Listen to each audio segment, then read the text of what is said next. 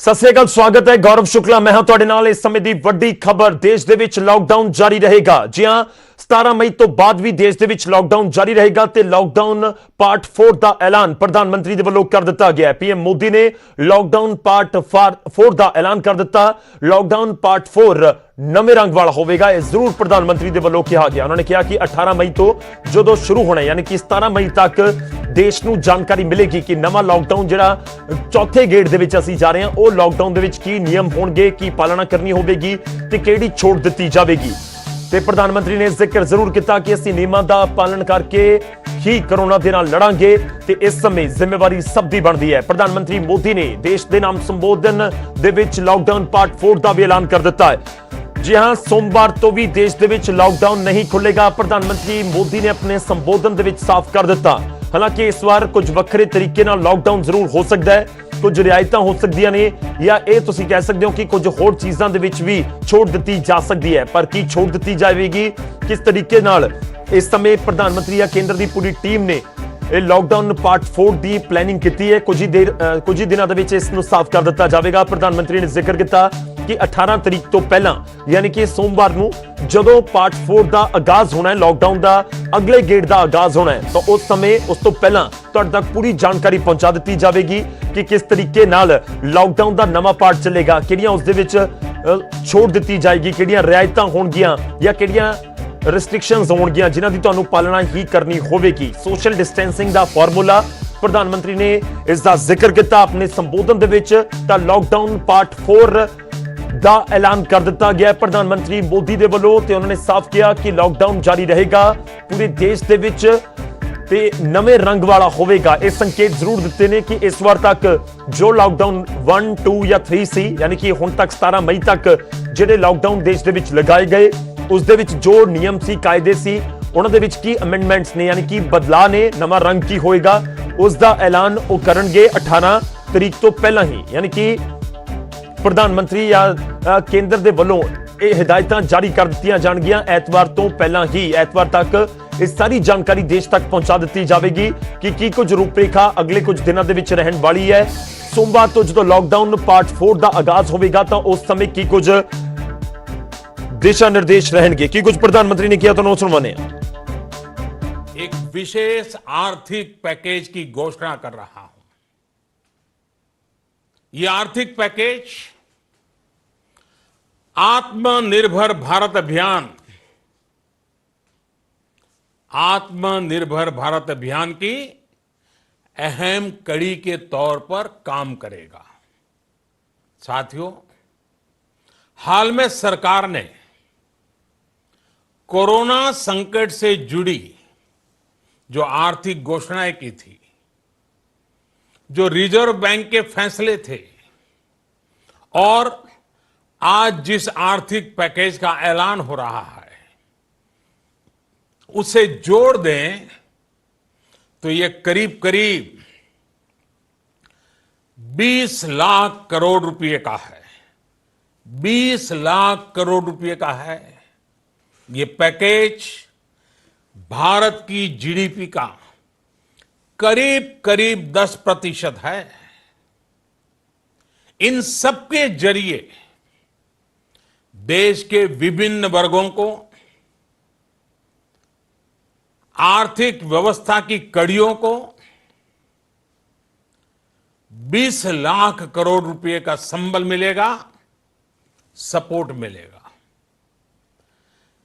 20 लाख करोड़ रुपए का एक पैकेज 2020 में देश की विकास यात्रा को 20 लाख 2020 में आत्मनिर्भर भारत अभियान को एक नई गति देगा।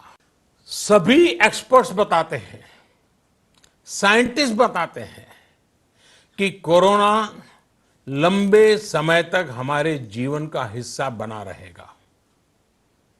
लेकिन साथ ही हम ऐसा भी नहीं होने दे सकते कि हमारी जिंदगी सिर्फ और सिर्फ कोरोना के इर्द गिर्द ही सिमट कर रह जाए। हम मास्क पहनेंगे, 2 गज दूरी का पालन करेंगे, लेकिन अपने लक्ष्यों को दूर नहीं होने देंगे। इसलिए लॉकडाउन का चौथा चरण, लॉकडाउन 4, पूरी तरह नए रंग रूप वाला होगा, नए नियमों वाला होगा। राज्यों से हमें जो सुझाव मिल रहे हैं उनके आधार पर लॉकडाउन 4, इससे जुड़ी जानकारी भी आपको 18 मई से पहले दी जाएगी। मुझे पूरा भरोसा है कि नियमों का पालन करते हुए हम कोरोना से लड़ेंगे भी और आगे भी बढ़ेंगे। एक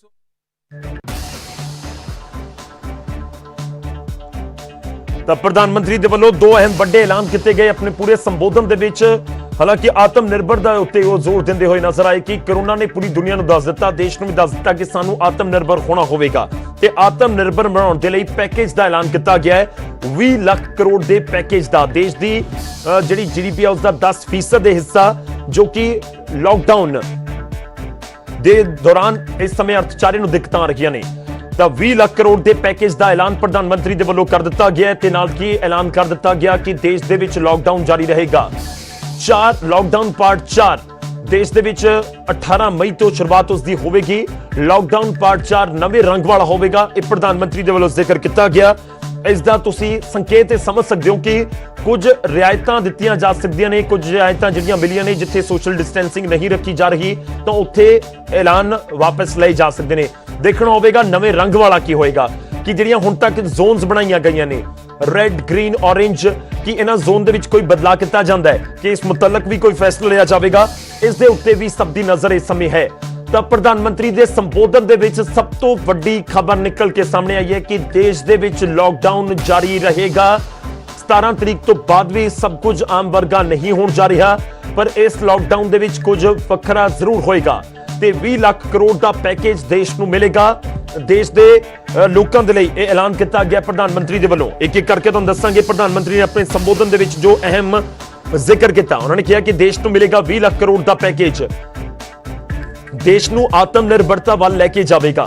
ਇਹ ਪੈਕੇਜ ਦੇਸ਼ ਦੇ ਕਿਸਾਨਾਂ ਲਈ ਹੈ, ਮਜ਼ਦੂਰਾਂ ਦੇ ਲਈ ਹੋਏਗਾ, ਇਹ ਪੈਕੇਜ ਮੱਧ ਵਰਗ ਦੇ ਲਈ ਹੋਏਗਾ, ਮਿਡਲ ਕਲਾਸ ਦਾ ਵੀ ਜ਼ਿਕਰ ਉਹਨਾਂ ਨੇ ਕੀਤਾ। ਉਹਨਾਂ ਨੇ ਕਿਹਾ ਕਿ ਇਹ ਪੈਕੇਜ ਉਦਯੋਗ ਦੇ ਲਈ ਹੋਵੇਗਾ ਤੇ ਇਸ ਪੈਕੇਜ ਦੇ ਵਿੱਚ ਕੀ ਕੁਝ ਹੋਏਗਾ, ਕਿਹੜੇ ਖੇਤਰ ਨੂੰ ਕਿਵੇਂ ਮਿਲਣਗੇ ਪੈਸੇ ਜਾਂ ਕਿਵੇਂ ਉਹਨਾਂ ਤੱਕ ਰਾਹਤ ਪਹੁੰਚੇਗੀ, ਤੁਹਾਡੇ ਤੱਕ ਰਾਹਤ ਕਿਵੇਂ ਪਹੁੰਚੇਗੀ, ਇਹ ਜਾਣਕਾਰੀ ਦੇਸ਼ ਦੀ ਖਜ਼ਾਨਾ ਮੰਤਰੀ ਨਿਰਮਲਾ ਸੀਤਾਰਮਨ ਹੋਰਾਂ ਦੇ ਵੱਲੋਂ ਦਿੱਤੀ ਜਾਏਗੀ ਜੋ ਕਿ ਕੱਲ ਤੋਂ ਇਹ ਜਾਣਕਾਰੀ ਸਾਂਝੀ ਕਰਨੀ ਸ਼ੁਰੂਆਤ ਕਰਨਗੇ। ਕੱਲ ਤੋਂ ਵਿੱਤ ਮੰਤਰੀ ਪੈਕੇਜ ਦੀ ਡਿਟੇਲ ਜਾਣਕਾਰੀ ਦੇਣਗੇ। ਅਗਲੇ ਕੁਝ ਦਿਨਾਂ ਤੱਕ ਇਹ ਜਾਣਕਾਰੀਆਂ ਪੂਰੇ ਦੇਸ਼ ਦੇ ਨਾਲ ਸਾਂਝੀਆਂ ਕੀਤੀਆਂ ਜਾਣਗੀਆਂ। 20 ਲੱਖ ਕਰੋੜ ਦੇ ਆਰਥਿਕ ਪੈਕੇਜ ਦਾ ਐਲਾਨ ਪ੍ਰਧਾਨ ਮੰਤਰੀ ਦੇ ਵੱਲੋਂ ਕਰ ਦਿੱਤਾ ਗਿਆ ਹੈ ਤੇ ਇਸ ਦੇ ਨਾਲ ਪ੍ਰਧਾਨ ਮੰਤਰੀ ਨੇ ਕਿਹਾ ਕਿ ਦੇਸ਼ ਨੂੰ ਆਤਮ ਨਿਰਭਰ ਇਸ ਸਮੇਂ ਬਣਨ ਦੀ ਜ਼ਰੂਰਤ ਹੈ। ਅਸੀਂ ਕਰੋਨਾ ਕਾਲ ਤੋਂ ਇਹੀ ਸਿੱਖਿਆ ਹੈ।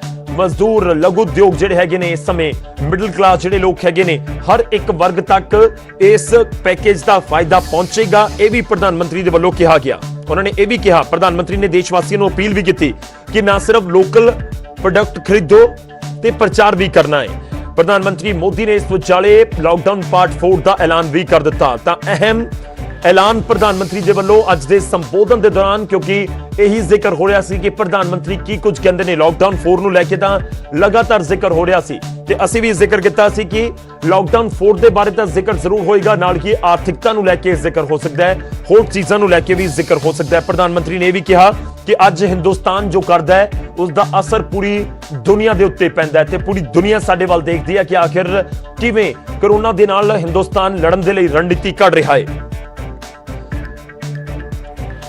ਤੇ ਨਾਲ ਹੀ ਪ੍ਰਧਾਨ ਮੰਤਰੀ ਨੇ 5 ਪਿਲਰ ਦਾ ਜ਼ਿਕਰ ਵੀ ਕੀਤਾ ਕਿ ਭਾਰਤ ਦੀ ਆਤਮ ਨਿਰਭਰਤਾ 5 ਪਿਲਰ ਦੇ ਉੱਤੇ ਖੜੀ ਹੈ। ਆਰਥਿਕਤਾ, ਇਨਫਰਾਸਟ੍ਰਕਚਰ, ਸਾਡਾ ਸਿਸਟਮ, ਸਾਡੀ ਡੈਮੋਗ੍ਰਾਫੀ ਤੇ 5ਵਾਂ ਪਿਲਰ ਹੈ ਡਿਮਾਂਡ।